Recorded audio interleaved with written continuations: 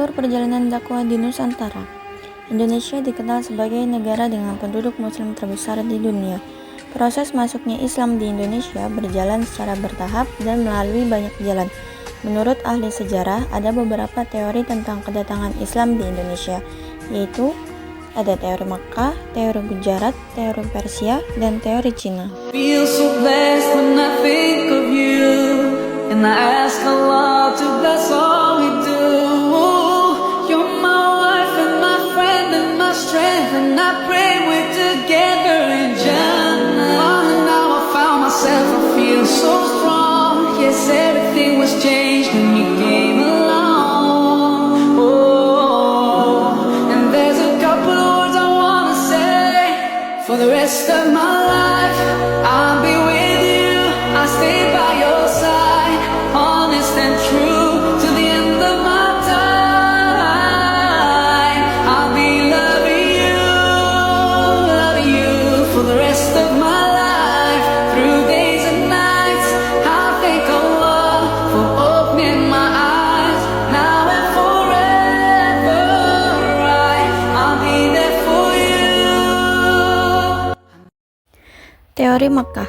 Menurut teori Makkah, proses masuknya Islam ke Indonesia adalah langsung dari Makkah atau Arab.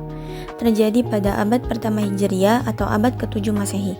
Mereka datang ke Indonesia dengan motivasi dagang sekaligus berdakwah.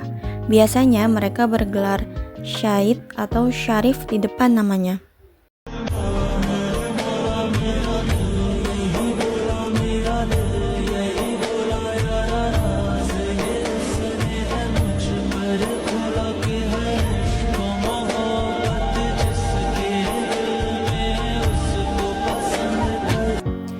Teori Gujarat. Teori ini mengatakan bahwa proses kedatangan Islam berasal dari Gujarat pada abad ke-7 atau abad ke-13 Masehi.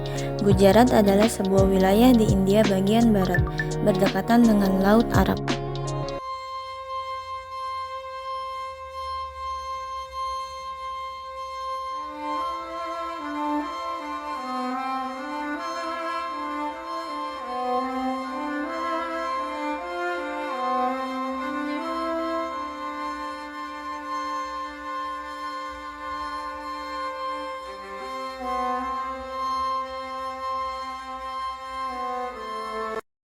Selanjutnya ada teori Persia.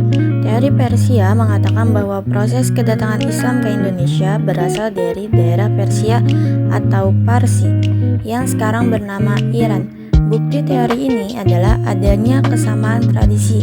Contohnya tradisi merayakan 10 Muharram atau Asyura.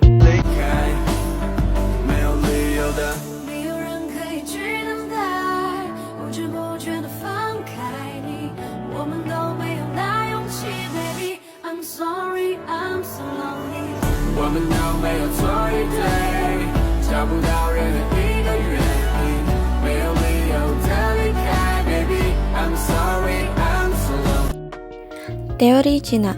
Menurut teori ini, kedatangan Islam berasal dari Cina.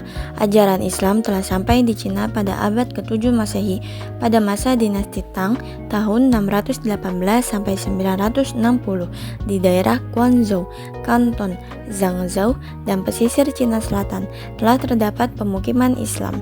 Bukti dari teori ini adalah Raja Islam pertama di Jawa, Raden Fatah, merupakan keturunan Cina. Bukti lainnya adalah adanya masjid-masjid tua yang bernilai arsitektur Cina. Cara-cara dakwah di Nusantara. Para dai dan mubalik menyebarkan Islam di Nusantara dengan cara perdagangan, perkawinan, pendidikan, hubungan sosial, dan kesenian. Cara dakwah di Nusantara melalui perdagangan.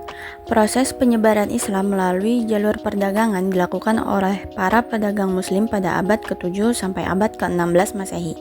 Para pedagang tersebut berasal dari Arab, Persia, dan India. Para pedagang tersebut sangat jujur sehingga disukai oleh penduduk Nusantara dan secara sukarela masuk Islam. Cara dakwah di Nusantara melalui perkawinan. Pada kala itu, banyak pedagang yang menikah dengan pribumi yang berasal dari putri bangsawan atau putri raja, sehingga banyak keluarga bangsawan atau raja yang masuk Islam, sehingga para pedagang tersebut menetap dan membentuk sebuah perkampungan muslim yang disebut Pekojan. Cara dakwah di Nusantara melalui pendidikan. Para mubalik mendirikan lembaga pendidikan Islam di beberapa wilayah Nusantara. Para mubalik mendirikan lembaga pendidikan Islam di beberapa wilayah Nusantara selama pendidikan mereka tinggal di asrama. Setelah menyelesaikan pendidikan, mereka kembali ke kampung masing-masing untuk menyebarkan Islam. Cara dakwah di Nusantara melalui hubungan sosial. Para mubalik pandai berhubungan sosial. Mereka terkenal santun dan ramah. Dalam menyampaikan ajaran Islam, mereka menyampaikan dengan cara merendah.